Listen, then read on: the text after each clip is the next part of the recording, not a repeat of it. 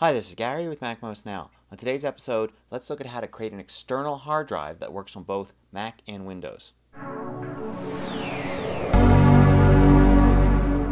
Now, you could be talking about one of these little USB flash drives or a larger external hard drive. It doesn't matter. The same information is true. In order to have a drive that can be read both by Mac and Windows, you've got to format it a certain way or use special software. Now, there are many different ways to format a hard drive. We can divide them up into three categories. One is macOS. A macOS formatted drive is typically what you have as your internal drive for your Mac, and if you only use Macs, then any drive you get and format, it's going to be macOS. Another type is Ntfs. Now, Ntfs is basically Windows formatted. Any modern Windows operating system is going to format the drive as Ntfs. It's going to be the internal drive in a Windows machine, and if you only use Windows, you're probably going to format external drives for this. And a third way is called FAT32, F-A-T 32. Now, this is the old-fashioned Windows style formatting, and anybody with an older Windows machine would have their drive formatted this way.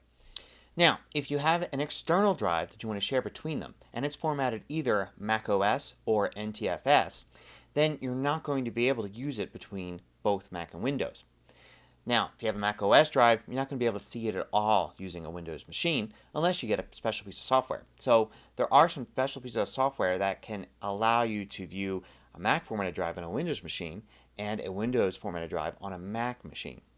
Now, let's suppose that you have an Ntfs drive for Windows and you want to read it on your Mac. Well, there is a program called Ntfs for Mac that you can get for $20 that will add the functionality to your Mac for it to be able to read and write to Ntfs drives. Likewise, if you have a Mac OS drive and you want the Windows machine to be able to read it, you can get something called Mac Drive, which costs $50 for Windows, which will allow that Windows machine then to read Mac formatted drives. Now, I should point out that if you have an Ntfs external drive, it works fine on Windows, of course. Plug it into your Mac, without any additional software, you can actually see the files and read them. You just can't write to the drive. But what if you want to not spend any money on extra software and you want to both read and write to an external drive using both Mac and Windows? Well, if you format it in the old Windows format, FAT32, that can be read by both Windows and Mac without any additional software.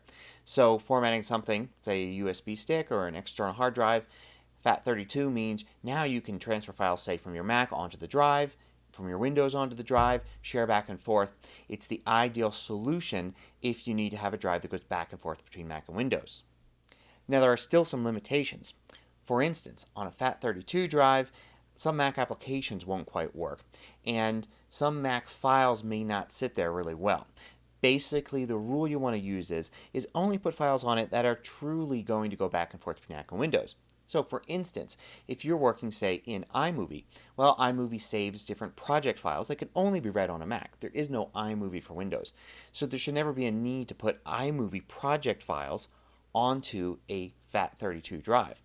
On the other hand, after you export from iMovie and create a cross-platform file like a .mp4 or .mov file that's your finished video, you can put that on the drive and use that to share back and forth between Mac and Windows. So if it's a very Mac-specific file that can only be read by Mac applications, don't bother putting it on a FAT32 drive, and you may have difficulty doing so, though most times it'll work. But if it's a truly cross-platform file, Microsoft Word doc, a text file, a JPEG image, Photoshop file, that sort of thing, then put it on the FAT32 drive and use that to go back and forth between Mac and Windows. Now, there's one other limitation of a FAT32 drive. It's a really old format. Back when it was created, no one could even conceive of a file larger than 4 gigabytes, and there's a limit in FAT32 for 4 gig files.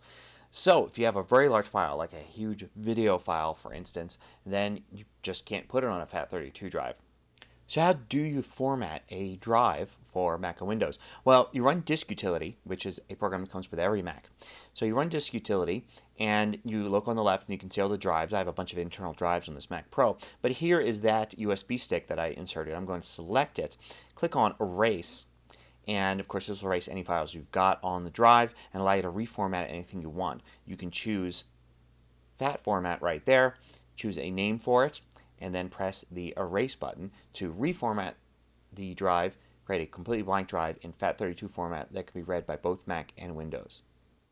Now, you may have noticed there another format called exFAT, E-X-F-A-T. Now, this is a very new format that if you format a drive, it should be readable by Mac, especially if you have Lion, and also Windows, especially if you're using Windows 7. So you may want to actually give that a try as well, although don't expect it to work on any older machines, either Mac or Windows. So there's a look at different ways to share a drive between Mac and Windows. Hope you found this useful. Till next time, this is Gary with MacMost Now.